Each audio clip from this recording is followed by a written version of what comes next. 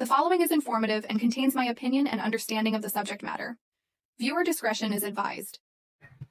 Can psychopaths be nice? Well, when we think of psychopathy, we typically think of someone who is very manipulative and selfish and only thinks about themselves and their own needs. But did you know that some people who are considered psychopaths or have psychopathic tendencies are actually quite generous and kind? In this video, we are going to take a look at what the research says about whether psychopaths can be pro-social, and we'll also look at some real-life examples. Now, it is important to note that the term psychopath refers to people who display a combination of behavioral traits, such as antisocial behavior, callousness, and low levels of empathy and interpersonal emotions.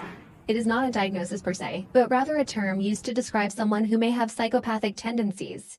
There is no such thing as an empathetic psychopath, but there are people who possess psychopathic traits who could be quite nice. So just keep that in mind as we go through this video. With that said, let's get into it. According to the research, psychopathy is associated with three broad personality characteristics, including low levels of empathy and interpersonal connections, interpersonal and social deviance, and a tendency towards negative emotions and behaviors. Psychopaths don't experience emotions like guilt or shame the way that most people do, which allows them to do things that most people would never even consider doing. However, this lack of emotions doesn't mean that psychopaths are always mean or cruel. Sometimes being able to detach from one's emotions can actually be quite helpful. For example, in a study published in the Journal of Personality Disorders, researchers found that psychopathic men were more likely than non-psychopathic men to help a stranger in need if it meant that they would receive money afterwards.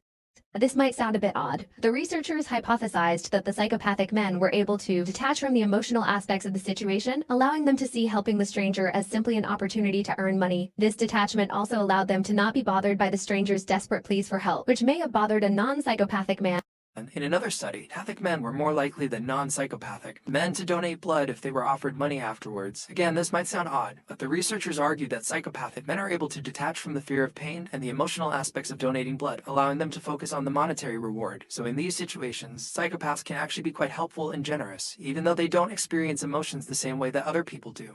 While the exact number of traits that need to be present for an antisocial or psychopathic diagnosis varies between researchers, most agree. There are at least 15 to 20 such traits, including features like low levels of empathy and interpersonal emotions, as well as high levels of impulsivity and sensation-seeking. Psychopaths can be charming, which allows them to manipulate other people into doing what they want. Some argue psychopathy is synonymous with serial killers, but only one of the population meets the criteria, and only a fraction of that become violent offenders. In fact, some psychopaths can even be considered prosocial. Prosocial behavior is any behavior that benefits another person or society. It may seem obvious that a psychopath would not be capable of behaving this way due to their lack of empathy, but it's not as straightforward as it seems.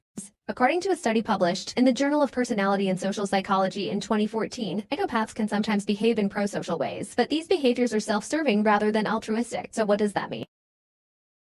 When faced with certain circumstances, some psychopaths will behave in ways that benefit others, but they do so because they know that helping someone will ultimately help them in the long run. Psychopaths tend to be highly skilled at reading social situations and understanding how other people think and behave. Do they know that being helpful will make them appear trustworthy and likable? Yes. And it allows them to form relationships that can be mutually beneficial. A famous example of antisocial personality or psychopathy in an individual who exhibited prosocial behavior is Ted Bundy. While he was undeniably a monster who brutally murdered at least women in the 1970s, he was also incredibly charming and charismatic. He used his good looks and charisma to gain the trust of his victims' families and friends, which allowed him to manipulate them into doing what he wanted. Bundy was able to evade the police for many years because he was so good at getting people to like him. He was also highly intelligent and had a photographic memory, which helped him to plan and execute his crimes. Bundy was eventually caught and executed, but his case remains one of the most famous and infamous in criminal history. As far as famous serial killer examples go, there's no shortage of them. There's the case of Richard Ramirez, also known as the Night Stalker, who terrorized Los Angeles in the 1980s. Or John Wayne Gacy, who was convicted of murdering at least 33 young men and boys. And then there's Jeffrey Dahmer, who was known for his horrific crimes and for keeping parts of his victims' bodies as souvenirs. What is interesting about these cases and others like them is that it was not until the men were caught and their true nature revealed that their friends and family realized that they had been living with a monster all along. Before their arrests, they were seemingly normal members of society who held down jobs, had relationships, and were involved in community activities. They seemed like upstanding citizens who would never hurt a fly, but behind closed doors, they were monsters who did horrible things to other people. It's hard to imagine how anyone could be both a seemingly nice person and a brutal murderer. But it's important to remember that psychopathy isn't a diagnosis, but rather a term used to describe a set of behavioral traits. People who are considered psychopathic can still lead normal lives and hold down jobs and relationships. They may even appear to be good members of society. However, if certain situations arise that challenge their moral and ethical boundaries, it may exhibit the darker side of their personality. While it may be tempting to think of psychopaths as always being evil masterminds or violent criminals, the truth is that they can be anyone. Psychopaths can be found in all walks of life, and they can be difficult to identify because they often appear normal on the surface. If you have any questions, please put it in the comments section. If you enjoyed this video, please like and subscribe. Thank you for watching.